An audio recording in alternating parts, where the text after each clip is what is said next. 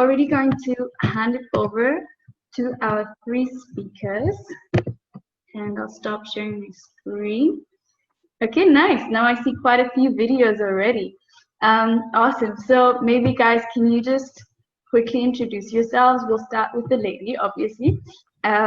Just tell us who you are, what your startup is, and maybe one fun fact about yourself or about your startup or your founding story, or whatever comes to your mind. Sure, yeah. Hey guys, first of all, nice to meet you all. And yeah, it's great if you turn your video on so we can actually be very interactive. Like, it's super chill, so please, like, have a sip of beer or whatever you feel like, and just like, yeah, just be chill and ask your questions. So we really like, just imagine we're in one room together and we just exchange about everything now. So about myself, my name is Katja. For the ones who haven't heard it before, I'm German. Yeah, and a bit of background to myself. So I lived in Beijing for 3 years. I'm still supposed to be there, but due to the corona situation, I got stuck in Germany. So I'm actually still here, waiting to return. But I came to China to do a double master's degree with a Danish university in innovation management. And during that time, I already got my like first experience with startups and with founding, because I actually started one of the first Startup Grad University chapters at the UCAS University. So this is kind of like how I got into everything. And then after a year of studying, I did an internship at Innovate, which is an incubator in Beijing in Haidian. And during that time, so I was in the corporate innovation sector, but I actually had my own department where I was in charge of German-Chinese innovation exchange. So I was helping German startups coming to China, getting incubated and being connected to different corporates there in that ecosystem.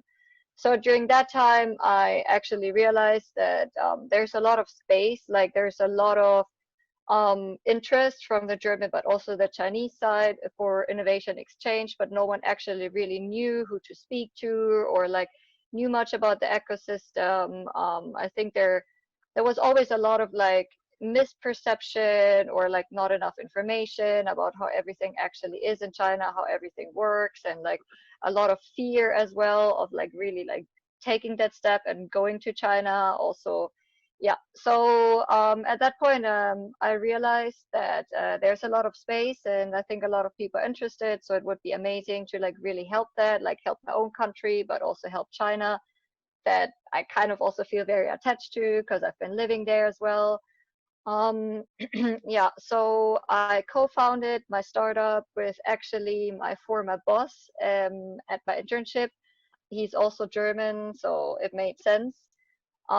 Yeah, so what we are doing is we are like a non-profit organization, and what we are doing is that we really try to educate people about the Chinese ecosystem, try to like help them really understand like what their startup is about and like how like they can actually enter the Beijing or the Chinese ecosystem, how they can get connected there, because we realize that there is a lot of like different delegations and all these things, but like what I heard from people who did these delegations, they were not so satisfied often because they went to a lot of showrooms, and they of course like went to the big names, Baidu, Alibaba, Tencent, and so on, but no one actually was really there to speak to them and like to tell them things that they actually wanted to know.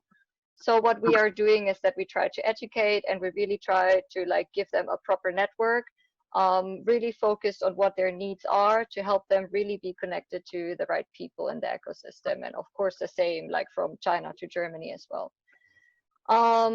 Yeah, and fun fact, I'm not so sure if I know a fun fact about myself now, but I think one thing that you can definitely say about myself is that I'm a big cat whisperer. Like we really like we see each other and like immediately like we're one heart. So yeah. That's awesome. I think you also have your own cat at home, right? Yeah, I do. Nice. All right, Polo, do you want to go next? Okay, I will go next. So I'm Polo, I'm French, I'm 21.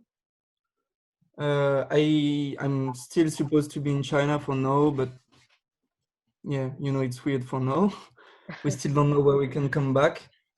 So what is my experience with startups and entrepreneurship? I came in China in 2018, in the beginning of the year. And when I came here, I came from France, and in France I had some little projects, some little stuff I did, but nothing really important. And I wanted to start something big, something more important. So when I arrived in China, I co-created with a friend of mine, which was part of Startup Grind, to a French association for students, which was in Beijing at the beginning, but now it's in whole China. We have 5 cities and around 3,000 students.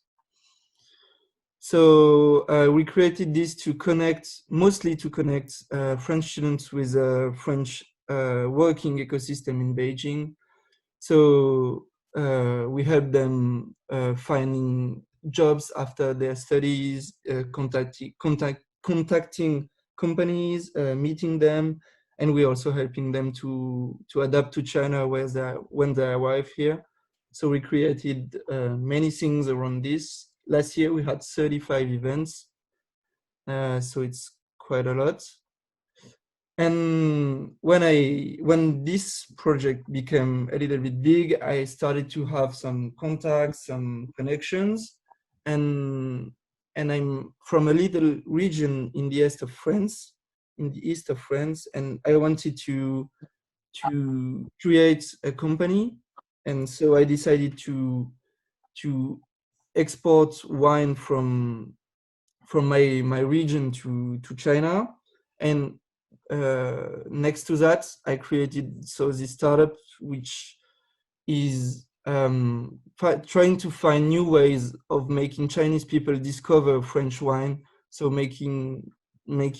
trying new ways of tasting wines in China, French wine, and how to discover it. And so this is my startup. And these 2 projects are the biggest project I had in China. And these are the projects which gave me a little bit of experience, which I want to share with you guys today. And what about your fun fact? So the fun fact you wanted me to say was about like an event I had to do. So we are the biggest French student community in China. So we are working with the embassy and with the French government. And about that, I met the French studies minister. I don't know if it's right. And one day I got an email from the French president, not him directly, but who wanted to come to China for the innovation. There was an event in Shanghai, an innovation event, and he was coming to China. So he asked if he can meet me and my team, and actually it didn't happen because for many reasons he couldn't come to Beijing. But yeah, that's my fun fact. Which I think is awesome. Almost meeting the French president is definitely something you should put on your CV. Yeah. And also Happen. shout out to you, Will, for opening the packet of crisps. I like how you made yourself comfortable with that. Awesome. So now, last and definitely not least, we have my friend Wahid, who it's weird for me because I always call you Maha by your Chinese name. So, but whichever you prefer. All right. First of all, thank you, Lenny, for finally making this event. Finally, because I think last year you told me about that, so that's been a long time. And thank you for you guys for joining our event and listening. My name is Wahid, but in China, a lot of people actually call me Maha. I even forgot my real name, honestly. So that's why, like, a lot of people get confused sometimes. I have been living in China for 6 years. I'm from Afghanistan, and so I first came to China back in 2014, and then I did like 1 year of Chinese studying, and then I started doing my bachelor's in international economics and trade in UIB. And that time I met a couple of Chinese friends, and they said, let's start a company. I said, like, okay, well, why not? So we started working on a project that was called like 流水 Zhongguo. So what we want to do is we recruit foreigners from other countries to come to China and study, and we would have made money from like being the agency between foreigners and students, and also make an application for them, like a service platform where they can like find jobs, where they can like rent house, like all these different things. So that was like my first like time like experiencing entrepreneurship and how to run a business in China. And that went really well for the first 6 months, because we were doing like we were spending a lot of time like developing the app, and also spending a lot of money on marketing and stuff. And we got into a couple of competitions organized by Chinese government, and one of them was called 创业大赛, and the other one was like 互联网加. And that was like really interesting for me. So we went to one of the competitions, and we got the first prize in Beijing, and we got like we went to the like overall China competition, and we saw over there was like 3,000 teams participating from all over China. Even they had teams from Hong Kong. They even had teams from like Malaysia and other countries too. And I realized like how big is the entrepreneurship for the students in China, but unfortunately, we were the only team with foreigners. Nonetheless, we got like the first round investment from that competition. We got around 1 million RMB in investment. But then later some stuff happened, and some of our partners, they had to go for their masters and stuff. So we kind of shoved that project for a while. And then I joined like our school organization called IAA, International Alumni Association. If you guys are from UIB, you have probably heard about it. So I was over there like for 1 year, and then we realized like, okay, there's a good opportunity that we can make a platform for these students, so they can like also experience China, experience the job environment in China, experience like the how to make company, and like because students like in China, they are not so actively engaged when it comes to business, especially like UIB is a business school. But if you ask these students, none of them have like experience actually like engaging in some kind of like activities. Most they do is they get an internship in some big companies, but later down the line, like like there it's not the best way to experience China. So we started another organization called ABC, Alumni Business Club, and we tried to like provide jobs through that platform. And also it should be a business community for all the students who graduate from UIB.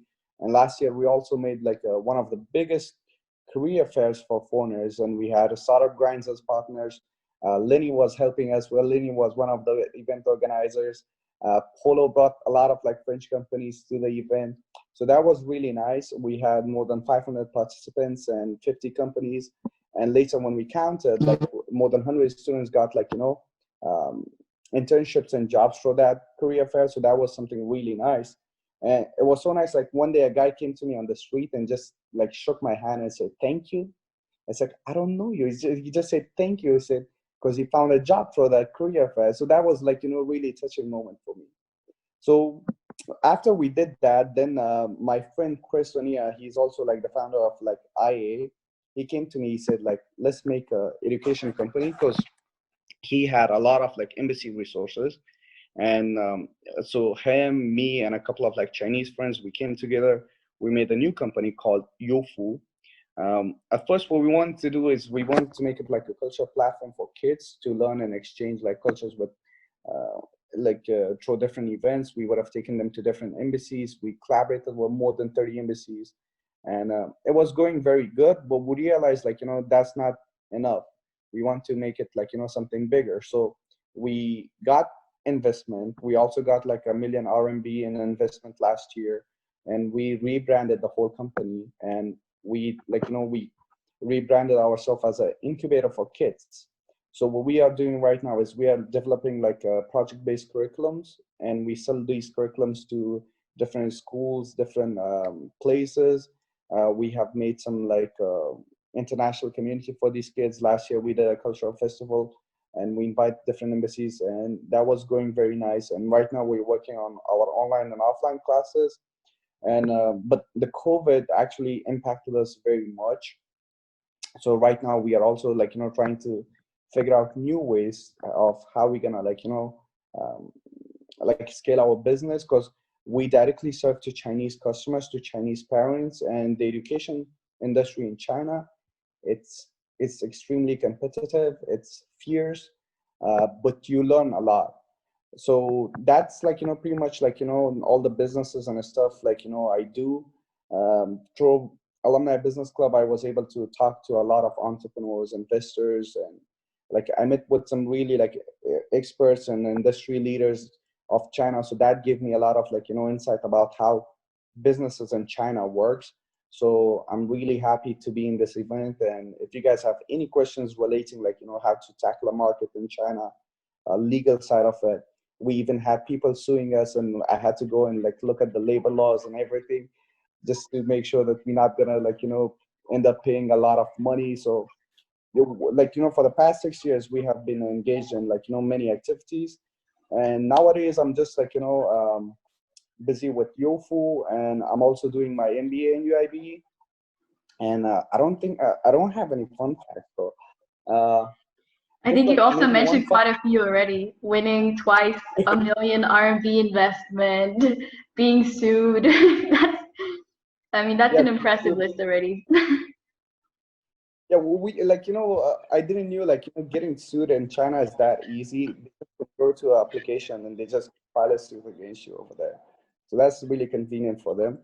A fun fact is right now, me and a couple of my classmates, we are working on different cases for big companies. And in China, if you do case studies, you can make money from that too. So we are taking part in a competition organized by Multi. And if we like, you know, if we win the competition, we can like, you know, register ourselves as business consultants. So maybe in future, you know, that's the path I want to take. And that's a path I really like. Also like making an incubator for foreigners. That's like another path I want to like also consider. So a fun fact is like, I'm going to try my best to do that. And if I can, then we all have a new incubator. Yay! Super nice. I think what's really interesting from your guys' stories is that, so we have Maher, who's on the one side winning investments of a million RMB, and then we have Katja, who's actually doing a non-profit, and we have Polo, who didn't share any numbers, but I think he also earned money. So yeah, how is it, like, do you actually make money out of this, or is it more of a zero business? And if you don't make money, whether that's on purpose or not on purpose, what are like the biggest learnings that you take from your startup journey, or why do you do it actually? Why do you spend so much time on this?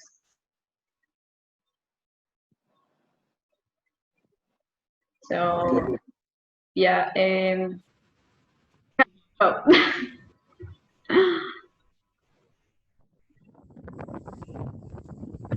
And I think you need to unmute yourself. Oh, yeah. Yeah. You said my name, right? Yep. Yeah. Yeah. So I think for me, I never found a startup before. So for me, that was like, I started with Startup Grad University, but that was very different because you already, like, you had a framework to work with, and you just kind of like needed to adapt, and you of course needed to like see what are the circumstances that you are in, and accordingly build something, but you already had a framework. And I think for me, that was a very big point that I learned from like really founding something, that you start from scratch. You have absolutely nothing. And if you don't do anything, you stay there and it's fine. Like no one cares basically, but you need to sit down. And for me, I think I'm a person, like if I'm motivated, I just want to do everything at the same time. Like I just want to tackle like all 100 different ways that you have. I want to do everything at the same time.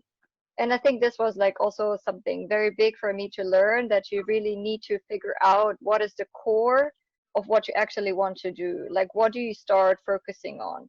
And it took me a bit to really learn that you can't just focus on everything at the same time or on, like, on a lot of different points, but you need to start from one point, and you really need to figure out like what's the core that you want to do, and you start from there. And it takes like you need to speak with a lot of people, you need to like be very open, and like what input you get from different sides to figure out what you like, what's the core of your business that you actually want to do. And from there, like, you can start like building up and scaling up, and like really figuring out and like what directions you're going to. And I think also a different point that I think that was really important, and I'm glad that I learned it, is that you can't do everything yourself. And I think I'm very much a perfectionist about what I want to do, and I really look at things 10 times because I really want it to be perfect, even though you can never do things perfect. And like sometimes you just really need to, like, you waste a lot of time also by like going too much into detail, so you just need to go with it. And that's something that I also needed to learn, to just like not go too much into detail and to just go ahead with it. And that you need a team, that you can't do everything yourself, and it's very hard to find right people that can support you, that also have the right attitude for it, because I think a lot of people are sometimes very motivated like in that minute that they hear about what you do, because it sounds very exciting and very interesting and they like to be part of it. But then after 2 weeks you realize that like excitement went from like all the way up there to just like down there, and people just really like to stay in their comfort zone and just like continue their lives, they've done it before. And then you sit there with a team but also without a team at the same time. And also from my side, I needed to learn to like trust people to like do things, that they might do things differently, but it's not a bad way, that like everyone does things differently, but like you really need to find the right team, that you have a very good like you get along very well, like you're all also like friends or partners like on a personal level, but that you can also really, that you find a team that you can rely on. And I think that was also like a very big point for me to learn. Yeah. Speaking of the team, Wahed, you mentioned you had quite a few co-founders from different countries. Like you said, you once had a team of some Chinese people, and then I guess in ABC, I remember the team was literally from every country on the planet. So how was that for you? Like Katja described it, with different working methods, relying on each other. Is there something that you would say you would have done differently in hindsight, or that you know for next time how to approach this, or how to find the right people? Well, yeah, actually, with her like on having a team, I think like the biggest key to success, especially when it comes to starting your own business, is definitely the team. Because ideas evolve, time change, markets change, everything changes, but the team is there, like, to deal with all those things. So team is definitely important. The first time I started my company, I had like 3 different co-founders. All of them were Chinese. Um, that time I didn't knew like the importance of having a good team. So of course, I was just like I was like in my second grade, and I was just like 20 years old. I just wanted to try something. I just went over there to learn. I just wanted to be a part of something. But then now, the second time we started the team, we had like 9 people, and we had a couple of like celebrities on our team too. We had like 3, 4, like, all of our teammates are like PhD, and all of them are like 31, 32, 34 years old even. So that was quite challenging, because we were fighting almost every single day, not fighting, but arguing about different ideas and stuff. And we started with a team of 9 people, and finally, like only left with 6 people. And the funny thing is that people invested in us because we had this team. And right now, because we are working on a new business plan, is again, we still have to, like, every investor is always asking about, like, which team you have. So like, the team is certainly the point that's going to make you a startup. But when you want to make a, like, good like for Katja, it might be a little bit different, because she's doing a nonprofit. So that's more like, people have the same common goals and stuff. But like when it comes to me, we basically choose a board of directors, and then a board of directors, they choose a CEO, and then CEO can, like, tell people what to do. So we like have sets of KPIs, OKRs and stuff, like to make sure people like finish their tasks effectively.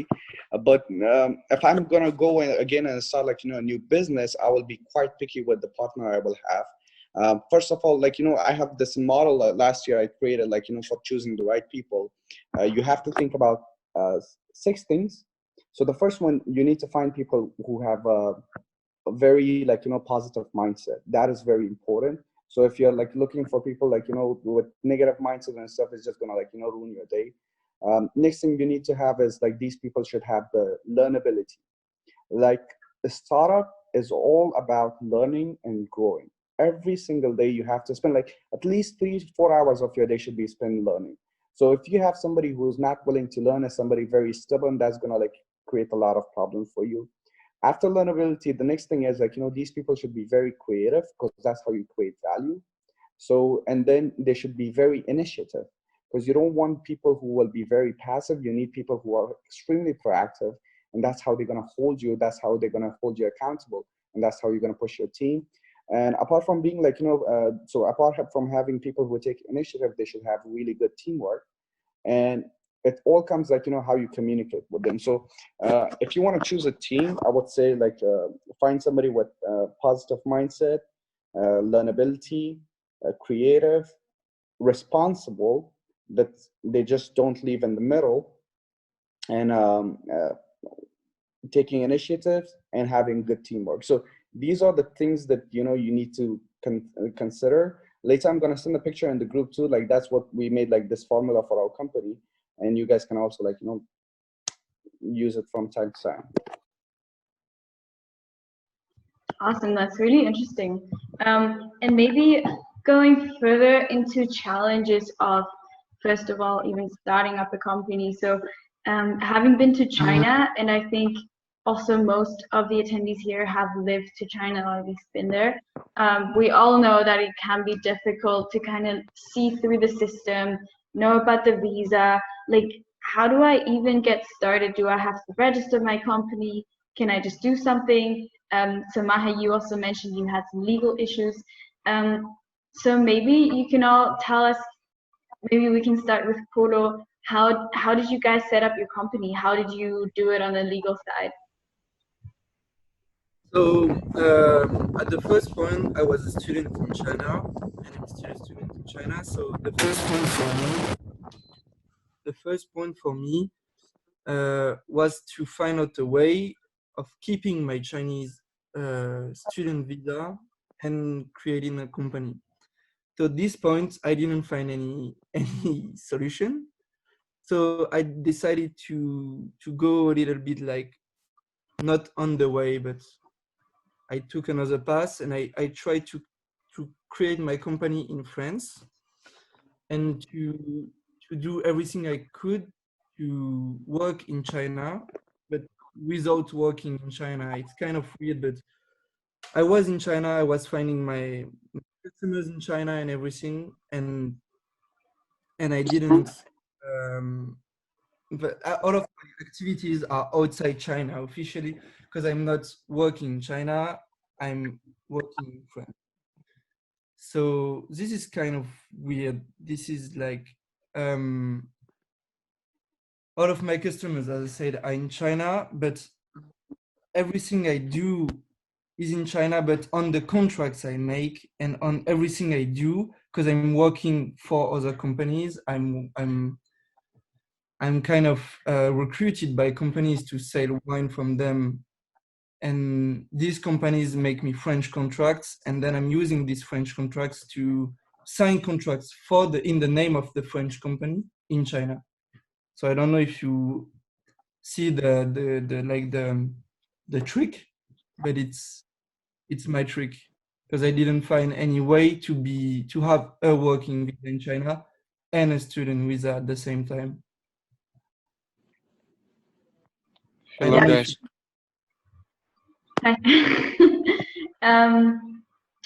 And Katja, what about you? If you have a nonprofit, do you have to register it, or do you just do it, or?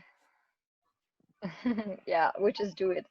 I think it's very different for us. I think about legal points, it's not the best to ask me. It's better to ask the other guys.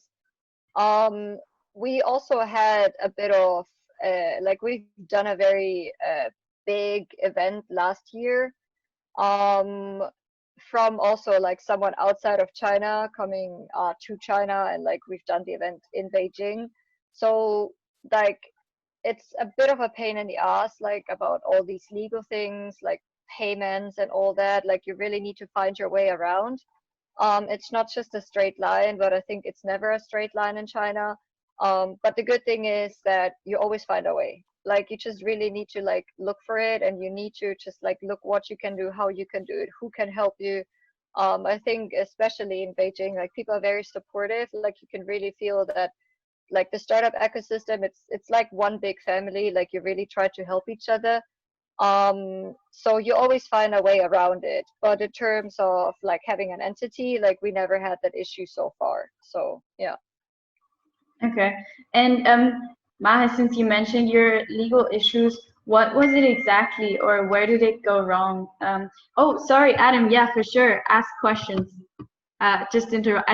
Sorry, I think you were just saying hi. I thought you were just saying hi earlier. That's why Yeah. I Hello, cut you guys. off. But go. My name is Adam. Like, I'm currently right now in Beijing. I'm studying, how to say, like, architecture. I'm like, right now in, like, we went out of the university, but it's not the point.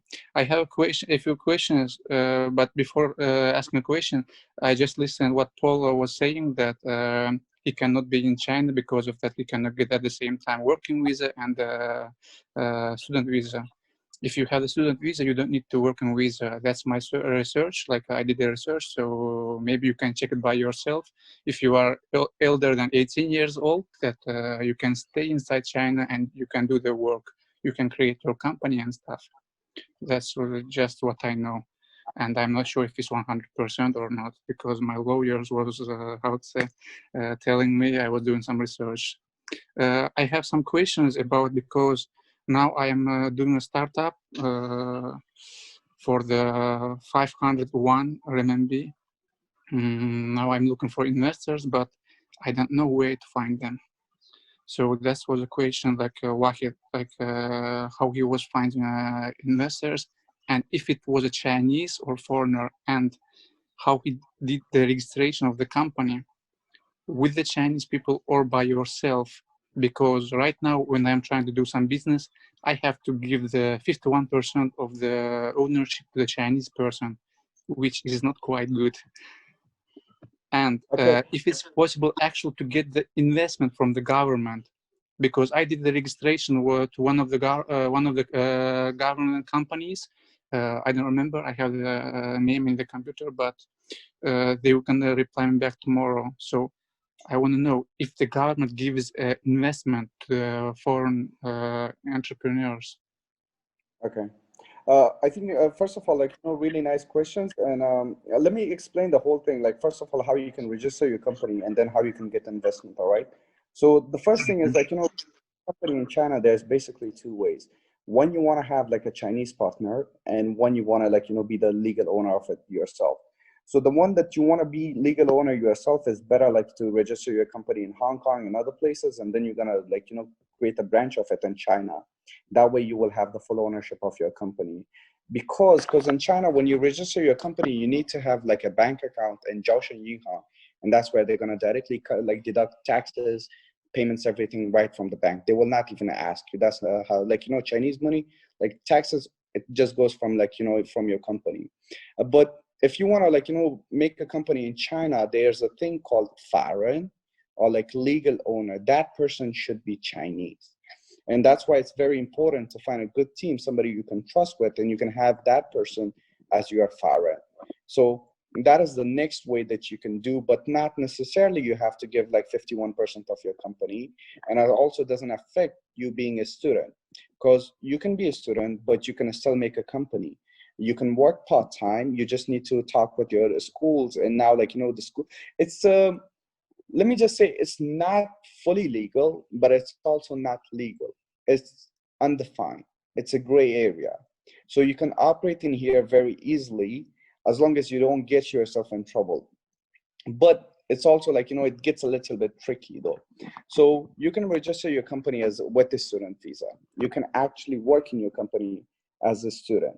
Then like, later if you want to run your company as a founder, that's no problem. But now if you want to be the employee of this company, then you need a working visa. So for example, as a founder, that's one of my identities. Now, if I want to be the CEO of this company and get like, income or like, have salaries, then I need the the visa. But if I'm not having an official title inside this company, then that's a whole another case. So that's basically how you can make a company and stuff. And I hear nowadays it's even possible to make your companies in China, and you can be the foreign yourself too. So that is also okay, because the company right now, what we have is like this, like one is having shares by yourself, and one is representing like all the other like shareholders. So in our company, like legally now I represent 69% of the shares, and I'm a foreigner and I have a student visa. So legally we don't have any problems with that. And that's the first part about registering your company. And it's one of the things is in China, there's a application, there's a team, there's a company to help you with all these things. Like registering your company will cost you 4,000 kwai. You just give it to somebody and they will take care of all the things. For example, for accounting, we pay like 3,000 kwai for 1 year, and they take care of all of our books and stuff. The question, who is doing this kind of thing? Like what kind of companies? If it's not secret, you can give me like so I can do the checking, because now I'm working with the Sinavest company. It's a worldwide company, and they are asking quite a lot of money. Like if they was telling me to register the company, it's like 12,000 RMB only to the registration. Company you make the first time, it might be like so like last time, because we renew our like shareholders structure, we paid 4,000 kwai. But the first time when we registered, that is like 6,000, or some of it goes to the registering your company, a couple of it goes like maybe like 5 grand of it, something goes for like making a bank account. So that's what you need to have. And then like some extra things like they're gonna file like do the tax reports and all those things. So the first time you make the company, it might be a little bit more expensive, especially if you don't have friends who can do it for you for free. So that's why. But if you just want to register the company itself, that usually costs between 5,000 to 6,000 kwai. But depending on, like, for example, if you want to register it in Haidian, if you want to register it in Chaoyang, in each district, they have their own policies, they have their own tax kind of things. So that is like the for investment part. What I suggest to like entrepreneurs is the best way to get like investors is through having exposure. Now in China, you find investment through companies, you can find investment through like VC firms, you can find investment through incubators. Incubators are one of the best way to find like investments. You can find investment through competitions. And competition ones gives you exposure. Competitions is actually like it validates your business model. So what I would suggest to you is make a business plan, make a PPT, and then register to different. There's like thousands of like competitions going on. I just like took a part in one of the competitions last week. We got a like third prize, and I met like 5 investors over there, and I met like people from government who's also doing that. So that the best way for a new startup to get investment is either to getting like registered in an incubator, and there's actually a lot of incubators. I can introduce you to one like later if you let me, like you can text me personally from the group chat and show me your business models and stuff, and I can introduce you to a couple of them too. And so about like having the investment from government, they don't invest directly. So what government do is, for example, the government's gonna pay like you have a fund for Champion Wenhuachu, and then Champion Wenhuachu, they have like like 5 incubators with themselves. So those incubators gonna invest you. So you will have some kind of like governmental background, but it's not like the same as government directly investing in you. When you get to a certain level, then government's gonna buy your shares. that way, like, you're going to become like Boyuchi, but that's like way too far for now. So for like registering company, there's like, even you can go in Taobao and you can write like, Beijing Jusi Gongsi, and there's companies and there's a list of them, you can find it. There's a Chinese application called Jubajie. It's also like for like, it's like Chinese Craigslist kind of things. You can find people from there. And those kind of services actually exist a lot. Later, I can introduce like, a couple of them in the group, but I cannot vouch for them, So that's like, if you want to use them, it's up to you. But we never had problem with that. And investment, first, one of the biggest problems, like, I'm sorry for talking too long. I'm going to make it very short. We want to see, like, a lot of investors, they want to see that you actually made a sales. So before even you registering your company, before you even making logo and stuff, like, leave all those things to a side. Show me that you can sell. And that's one of like a lot of mistakes foreigners make. Like, I had friends coming to me and like, oh, they said I have the next like unicorn idea. I'm gonna make $1 billion and blah blah blah blah blah blah. And you tell them, have you tried to sell it to someone? Have you actually tried to go and talk with customers?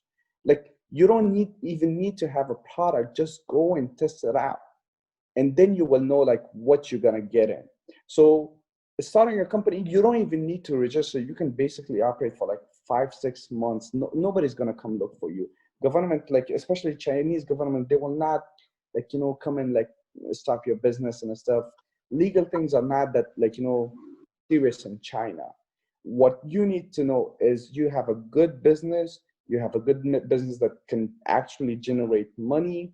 You have a healthy like growth, and then that's what investors are looking for. Those legal things, like, you just need to find a good Chinese friend and they're going to take care of all of it. Sorry for speaking too long. No worries, that was really Thank you so interesting. Hope it answers your question. I think what we can conclude on legal issue, as Wahed said, is like nothing is really completely legal or completely illegal in China. So you just need to find the best, the most suitable way for you, for your business to be on the road and to avoid problems.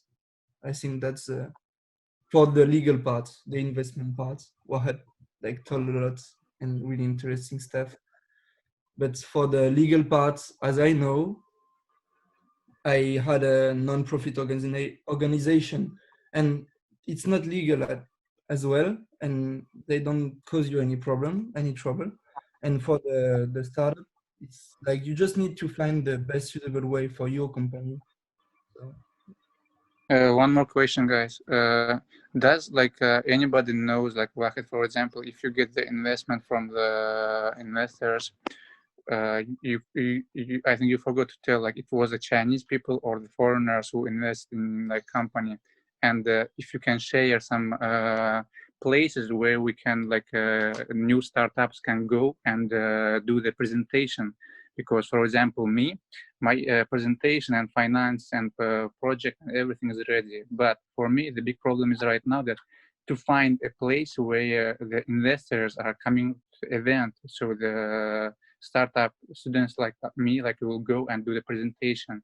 How to find that kind of places? Okay. I think, yeah, so it's my investors are both Chinese. Like the first 2 times is Chinese. I'm still looking for Chinese. We are in China. That's like where like a lot of investors are actually Chinese. Not many foreign investors going to come and invest in Chinese companies, especially like a foreigner in China. So that's one thing. How are you going to get to those competitions? Just like, for example, the first one is show you university. They have a lot of competitions. You can ask your teachers and they can give you a list of it. Number 2, just WeChat, search Bisai, 创业 Bisai, and boom, there's a long list of it. I'm going to share some link of it in the group too. There's 2 going on next month, Dere Up and other ones. The third one is the best way that you can do is, again, through incubators. So for example, Tsinghua X Lab, that's quite famous. There's another one in Tsinghua called Accelerator. Renmin University, they have Renda Kojiyuan. So what you need to do is you just need to go there. They have the restrictions. Say you're a foreigner, say you're a like, you know, entrepreneur. You go over there and they're gonna give you all the informations. And what these incubators, apart from competitions, what they have is they have monthly roadshow. So in monthly roadshow, all different companies, they can take part in, and you're gonna pitch your ideas, and then down there's like 20, 30 investors. Like I have a roadshow, like I had a roadshow last week, and I have another roadshow on 19, where there's gonna be 40 different investors. But that also depends, you know, that also depends as how big is your business, you know. So for example, now I need my like angel round investment or pre-A investment. So that's what I need to look for. But if you're a, like, you know, fully startup, then a fully startup, like, you know, again, throw incubators. And again, I want to know, like, you know, do you have a team? Do you actually have a business model? Do you have any sales record?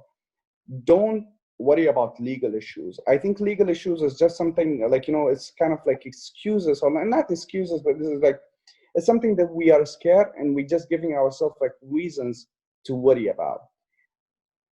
Entrepreneur, especially the first 6 months, just worry about cash flow. Like whether your idea can generate cash flow. If you can generate cash flow, hell, everybody can help you with the legal issues. Just like, because people love people who can actually make value. You just focus on creating value, and then the legal issues and everything, somebody will come and take care of it very easily, very easily. They're going to take care of it so quick, you will not even know what happened. Okay, Nice. thank you very much. Thanks for those really personal insights. I hope it helps you, Adam, and everyone else. But I think that's some really, really good experience that maybe we can all build on in the future. I just have one more question to Katja that also relates to the current topic, because she's going to have to leave at 2 sharp. But if Puro and Wahed are okay with that, we can do 5 minutes longer. So until 2:05, since we also started a bit late. But just Katja, before you go, since we were talking about how to find investors, how to find partners, I think you're like probably the expert about Beijing ecosystem, being the lead of Startup Grind and having a startup on the Beijing ecosystem. So maybe you can just quickly also say if there's some opportunities there that people can find investors or meet new people through those organizations. Yeah. Yeah, I think for me, I also got a bit of like, I mean, I didn't live in Germany for quite a while. Like, I think I haven't lived there for like 7 or 8 years. So it's a bit of a foreign ecosystem to me as well. But I have a bit of like a comparison between the German one and the Beijing one, or like the Chinese one. And I think one thing that you can definitely say, and I think Wahid also mentioned it earlier, like it's very competitive, very fierce. And I think there's so much going on. Like there's so many things that you can't, like, you don't even know what's going on. Like you don't have an overview. Like there's so many things. So I think like a lot of like startups start and a lot of startups die at the same time. So one thing that I have learned, and also coming back to like me being a very perfectionist, don't do it. Like you waste so much time on it. Like China is like, it's such a fast pace that if you try to do things perfect, like you lost already, because like where you started and like what you reached then is really not what's being asked for anymore. So try to like really like put yourself out there and just go to as many events as you can. Just like really like try to understand who is out there, what's the ecosystem about. Like one thing you could, for example, also do, like one of my co-founder, he also found his own startup now called Founders Lair. And he also educates, for example, about different ecosystems. So if you really feel like you have no idea yet and you would like to learn like a lot quick, then you could also go through that trial, so to say, and you really like get an understanding quick. But put yourself out there. Like I think really by going and by speaking to people and by trying to meet as many people as you can, you get an understanding of what's going on out there, of how people do things. Like as I think, as we always said, like there is no legal or illegal, it's always a gray zone, and you always wander in that gray zone around, and everyone does so, and you really need to speak to people to find the right way. And I think we haven't actually mentioned it today, but that's the most important thing in China is guanxi. Like, build yourself a network, go out there, speak to other founders, speak to incubators, don't be shy. I think especially like as a student, you often have that feeling that like, oh, but I'm still a student, like, why would people want to speak to me? Like, do they think that I'm wasting your time or what so on? Like, just put yourself out there, just go there and speak to people. Like, try to like get a bit of an understanding of like maybe what's the topic about, so you have something to speak about with the people, that you don't just approach them without saying anything basically, but just put yourself out there and don't be shy. Like, really build yourself a network, and that is the best thing that you can do, because once you know people, you always have someone who can help you. Like, if there's a topic that you're not sure about, go and ask them, go and ask other founders. Everyone always changes their direction. Like, Beijing also changes, everything changes so fast. So really like try to put yourself out there. I would really say that's the absolute most important thing.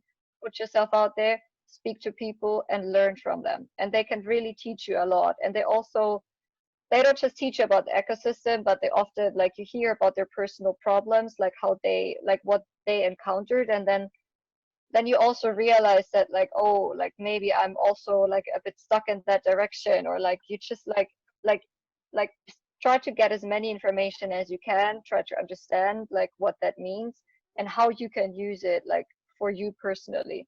And I would say that's really like the number one key, that you meet as many people and that you build yourself a great network. Yeah. Nice. Absolutely Okay. agree. Absolutely. Yeah. So Katja, whenever you need to sign off, don't worry, and we can just keep going. Are there any questions at this point? Junai, you texted me. Did you have a question or? Hello, can you hear me? Yes. Yeah. Hello. Yeah. So my question is about Wahid. So right now I have done my graduation, like my bachelor's degree automation engineering at Beijing. So after that, my further studies, like if I do a master's in Beijing, so I want to register my own company. So what kind of legal procedure I need to follow? And the thing is that age is required for we have to register any company? First of all, no age is required. As I mentioned before, it depends, like, what kind of company you want to register. The procedure that I'm going to tell you is find a good Chinese partner. That's going to save you all the. Find a good Chinese partner. He can be the legal owner. He will be responsible for all the file, like, legal liabilities and stuff. And he's going to take care of all of it.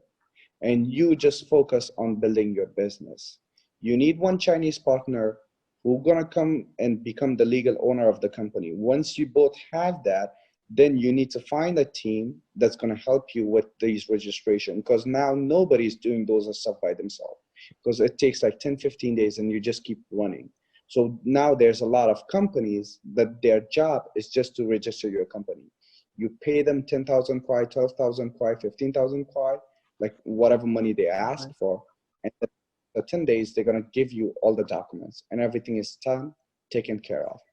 So the good thing, like, what I would suggest to you before even registering your company, that 20,000 kwai, show your ideas, then register your company. If you cannot make 20,000 kwai, then don't register company, don't look for Chinese partners.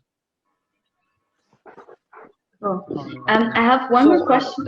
Sorry. Yeah. Mm-hmm. Oh, it's all right. It's all right. Go. Okay. So my other question is, if we have to migrate our company, for example, we have to stay some years at Beijing, and after that we have to transfer into Hong Kong or some another cities. So is there any possibility we have to migrate our company one place to another place? Is that possible?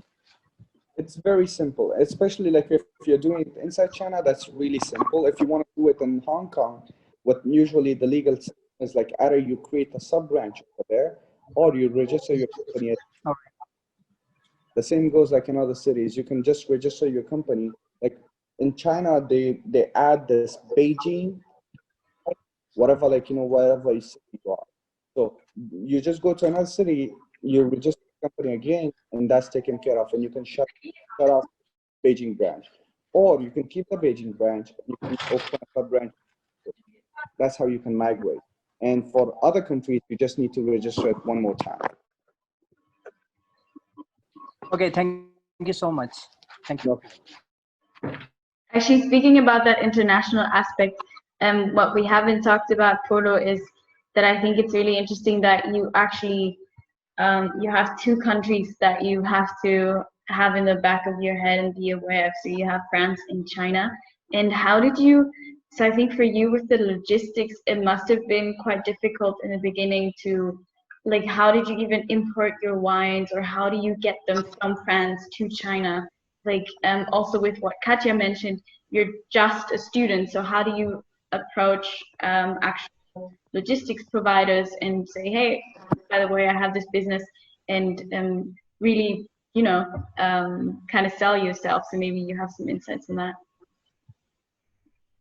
Actually, for me, at the beginning, the point was like all of the first thoughts was about these legal issues and how I can, because it's products. Polo, it's a little bit hard to hear you.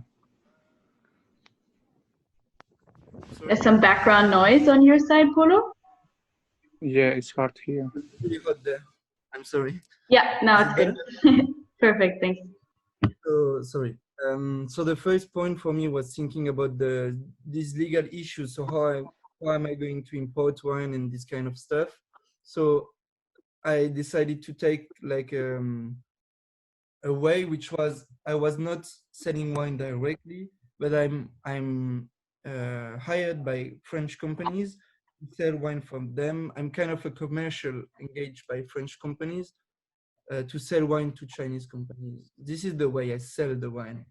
So I made really clear on my contracts that I wanted to not to have to be engaged with all the importing wines, all the tax issues and all the sending issues. I discussed them with the companies, but I'm not in charge of them, and my company is not in charge of them. So this is the point.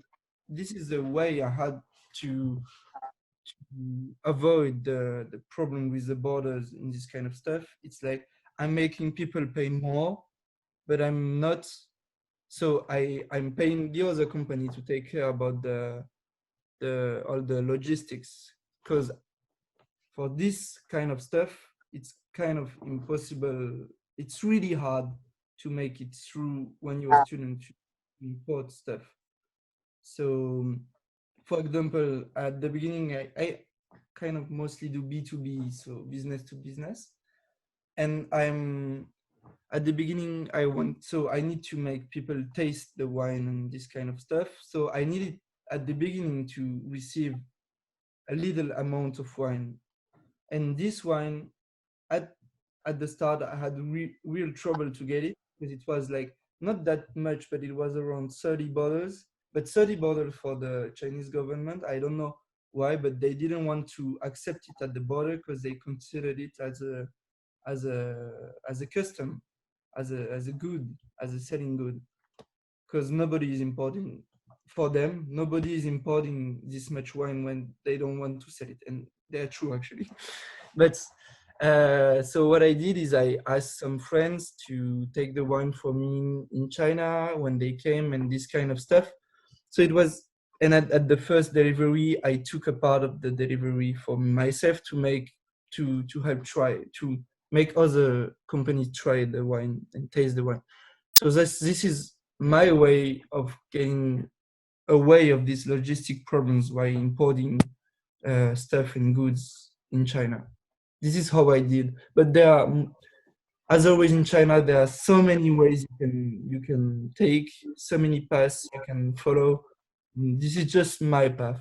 This is what I did because as we said, the only way I could do that is by talking to a lot of people and just taking the best way for myself and the best suitable way, the quicker and the cheapest way for me to do that. So that's how I did. Cool. I like how you, yeah, I like how you always find ways around it and just make it as easy as possible for yourself. I think that's actually a very smart strategy and almost innovation in itself. So we're actually already 12 minutes over time. So if you have one more question before we wrap up, then now is the time to quickly shoot out with that. Otherwise, I'll ask the last one, but I'm happy to pass it over to anyone. I have a last question, and if anyone want to ask more. What is like in Beijing? Which lawyer company is better to work with? Because, for example, right now I'm working with as I said, with a cinemas company, and they are in Shanghai, not in Beijing. So, which is like better for the foreigners? Like with which company to work? What's the name and with the location or the contacts which we can take, or if somebody knows it? So you're asking about, huh? Like jurists, like or lawyers, how it calls, those who can legalize or do the document work, paperwork. So it's like this, all right? First of all, lawyers are quite expensive, and there's so many big firms that I cannot just directly say to you, like, okay, which lawyer you go. Later, I'm going to send you something in WeChat that is very useful. So hiring a lawyer just by itself, that's going to cost you 50,000-60,000 kwai per year. So you cannot just go and hire a lawyer. What in China we do is we sign them per task or per contract and stuff. So our drafting a contract is like 500 price, something like that. So directly going and talking with the law firm is just going to be very costly to you. And it's not about which law firm you go to, it's about lawyers. Like we deal with really good, I have some really good lawyer friends who work for shitty law firms. And I have really nice law firms I know, and they have shitty lawyers. So it depends, you need to find the right lawyer if you want to have the long term. If you don't want to have the long term, and if you want to just take care of one small thing, there's application or a small like Xiaochengsu mini application called Weilai Luxia Future Lawyers. And over there you just submit like your request, and then the application itself is gonna assign like lawyers to you. So that is how you can find get things done very easily. But if you ask me specifically which law firm, I cannot recommend anyone. Just I want to give you one advice. If you have big legal problem, don't go to one lawyer. Go to 10 lawyers. Go to 6 lawyers. Share with all of them. Gather their insights, and then you make your own decisions. So if you want to I'm gonna give you that platform. That's one thing. Another thing is WeChat is amazing. You just write Lucia, and there's a long list of lawyers, and you just talk with them with each one, and they're gonna give you insight, and you see which one sounds more reasonable, and you pick that person. Okay, that's nice. Thank you very much, because it's like really important when you work, you have to get the right person. So that's why I ask it. Exactly. But whenever somebody introduces you right away, a person in China, because the lawyers for me might not be suitable for you. So it's better you make your own judgment. But I can just show you how you can find more lawyers. That's all. Yeah, right. Thank you. Makes sense. So maybe to close this up, maybe just in a few words, Polo and Wahed, what's your next steps for your startups, or what do you hope for your future? Can I ask a question? Oh, okay. Really quick. Wahid, this question is for you. You just mentioned that for a startup you need a team, and the members of your team should be creative.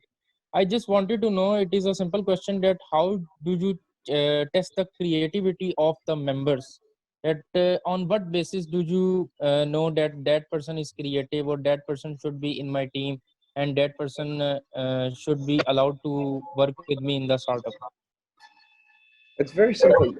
So you let's say I want to start a team. I'm just gonna send WeChat message because I have 4,000 friends on my WeChat. So I'm gonna say like, who wants to join my and I give them a task. I give them a small thing to do. So for example, if I'm looking for a designer, I'm gonna say, design me a poster. I'm just gonna give them some small things and see if they come up with a very creative thing.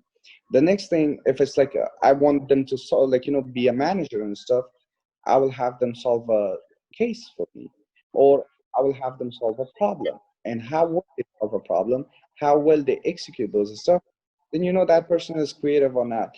And, when you start your company, it's not like, okay, like those things happens when you money. At the beginning, everybody's equal. Everybody just want to do stuff.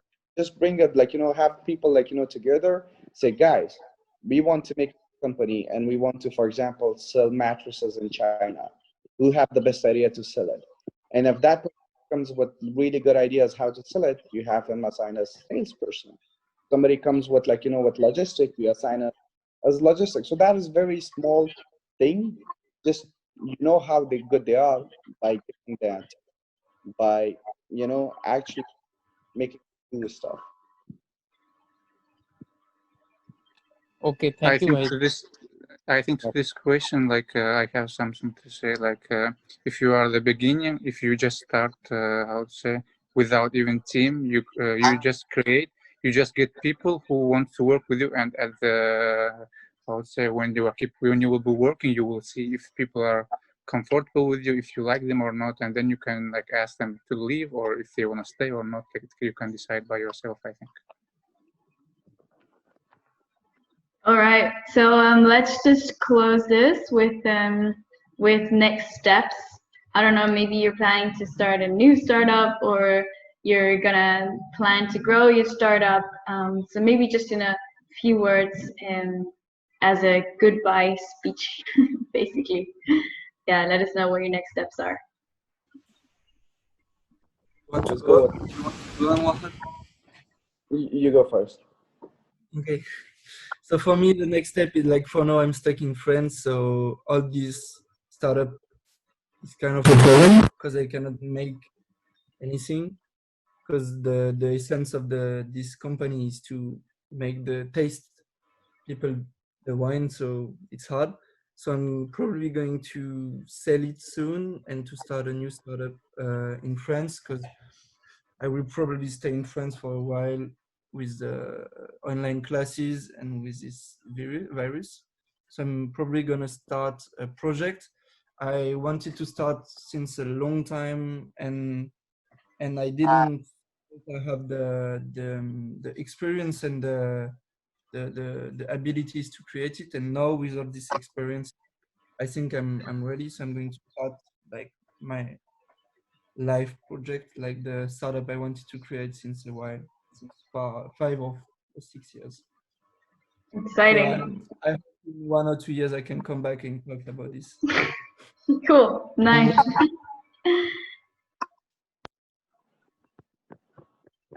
Yeah, go ahead. All right. Okay. Whew. So there's a lot of exciting things coming up for me.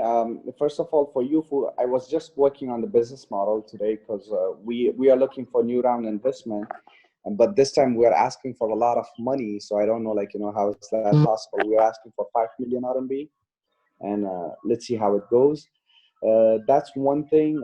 Another thing is, like, before, fingers crossed, before like Alumni Business Club, we have done really good stuff with that, but that is like, now it's only connected to UIB. So the next goal is to make another platform, which is also a little bit like, like a good way for me to personally brand myself. So that's what I'm focusing on, personal branding these days. And I'm a new platform for foreigners, and basically we're going to engage in culture, incubator for foreigners, incubator for Chinese people, because finding a job is actually more harder than starting a business. And a lot of students, when they actually get inside jobs, they need a lot of skills. So we're going to try to, like, have those capacity building like skills for them. So these are the two things happening. And yeah, and maybe slowly I will make a consulting stuff. Like, that is the next thing comes to my mind. Me and a couple of Chinese friends are working on a consulting company, and who knows, maybe we'll have something soon. I actually posted a teaser of it today on my finger chart. Uh, so let's see how it goes.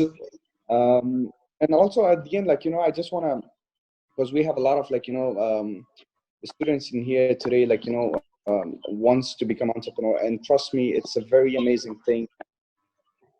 It changed my life, but I'm going to be very honest with you. Don't do it. Don't do it unless you have the extreme willpower, the a very clear vision. And what is more important is you the discipline. If you don't have the discipline, because it's like going to gym, you just pay a lot of money, you get the membership, and then you decide going the next week, and instead of six pack, you have one, right? So entrepreneurship is pretty much like that. You're gonna say goodbye to 8 to 9 jobs. You're gonna say goodbye to that kind of lifestyle. You have to work 16 hours a week, 16 hours a day. You have to. It's like even if you don't like, not necessarily you have things to do, you need to be constantly living it. So it's not just a job, it's not just starting a business, it's about changing your lifestyle. You're going to lose friends, you're going to make new friends, the whole thing is going to change. You will not be able to live like normal people anymore. But if you're able to like continue the hustle for 1 year, and even if you don't succeed, because it doesn't matter, like success is like we don't define success like that. You're going to become an amazing person. You will know everything from marketing, from sales, from management, and you're going to become a leader. And those are like these amazing qualities that a lot of companies are looking for. So entrepreneurship is quite an amazing experience. It's going to build you, it's going to mold you, you're going to become an amazing person, but you need to have the discipline to carry it on for 1 year. And if that time you're lucky enough to learn the skills of how to run a business, how to make money and stuff, who knows, you might be the next big guy. So that's what I want to tell you guys. And I think Katja said something really amazing to you guys. Like, like right now, I don't know, like, because we have like different participants and all of you have like different levels. Somebody have ideas, somebody just want to make a business, somebody have already started a business. So advices for everybody is different. Because I do my MBA, and that's what my job is, to give people advices when it comes to business. If you have nothing, like if you just have an idea, just go and share your ideas. Just going around and say people like, oh, I want to become like, I want to make this company. And you will be surprised how soon you will have more like-minded people who can push you to achieve your goal. But if you're already there, if you know your ideas and you're already like, in a step to start your business, go and validate your ideas. That is extremely important. I had a friend went to spend $3,000 on like branding and stuff, registered company, legal things, took care of everything, couldn't get a single deal for 6 months, shut down the company and lost all the money and lost the confidence. And that is like, the most important thing. You lose confidence, and in future, you're going to have a lot of good entrepreneurship ideas, but you will never take like action. So before starting your business, validate your business. And if you have already done that, you're starting your like, company now, choose the right team. And your only goal should be learning. If you guys just continue doing these things like learning and growing, then there's no way you're going to fail. There's no way you're going to fail. I can promise you that. But you should be very open-minded. You should be very customer-oriented. And that's one of a lot of like entrepreneurs make mistakes. I made mistakes. Like, the fact that I can come and talk to you guys about these things, because I lost almost 3-4 million RMBs since I started those businesses. Like just this past 6 months, like I'm being very honest and like, what you guys is, just past 6 months, we lost 1 million RMB because of coronavirus. So the lessons that we learned were quite expensive for us. The things that we learned were quite like, I can say like, I have $1 million lesson, and I'm actually writing something about like, $1 million lesson. Because for me, in order to get to this level that I am, I literally burned through 1 million RMB cash, not even more. So then that was just one startup. So when I say like, validate your ideas and stuff, I just don't want like, people to go and repeat the same mistakes as we did. But if you are like, if you have the discipline, if you actually know you have something good, If you have the right people who can motivate you and push you, man, take it on, because you're gonna become amazing. You know, it's gonna be all-rounded person. So that's pretty much it. And I hope it was. I really hope, like, you know, this panel was useful for you guys. Yeah, I think I'm gonna speak for everyone here with them big smiles on their faces and nodding to what you just said. I think that was a perfect conclusion. You need the willpower, but if you do have it, something great can come out of it. And I also really like that you said it's about the learning. It really is. And if it just helps you get into the company that you've been hoping to get in 2 years later, that's amazing. And I really think, like you said, as long as you don't put your fortunes in before validating your business model, I think you can only learn from it. So that's amazing. So also to Katja, even though she's not here anymore, but to you two guys, thank you so much for taking this time on a Sunday afternoon in Europe and evening in China. I think this was really amazing in such a short time. You really gave us a lot of practical tips. You were super honest about how you did things and how to approach things. And I just love this format of really exchanging ideas, of talking to each other. Also, thank you for all the participants as well, for also taking this time out of your schedules, for coming here, for asking questions, for being a part of it. This is how we keep this organization alive. So yeah, thank you so much to everyone. I'm really happy we made this happen. And who knows whether we'll see each other again virtually or hopefully in China or anywhere else around the world. And yeah, just don't be a stranger. Stay connected in the WeChat group. Follow us on LinkedIn, whatever channels you find us on, or find Polo and Wahid and Katja. Just go for it. They're all, as you can tell, super open to being in touch and helping you out. So yeah, I think that's it from our side. Have a beautiful evening and day, and all the best to everyone. Bye. Thank you.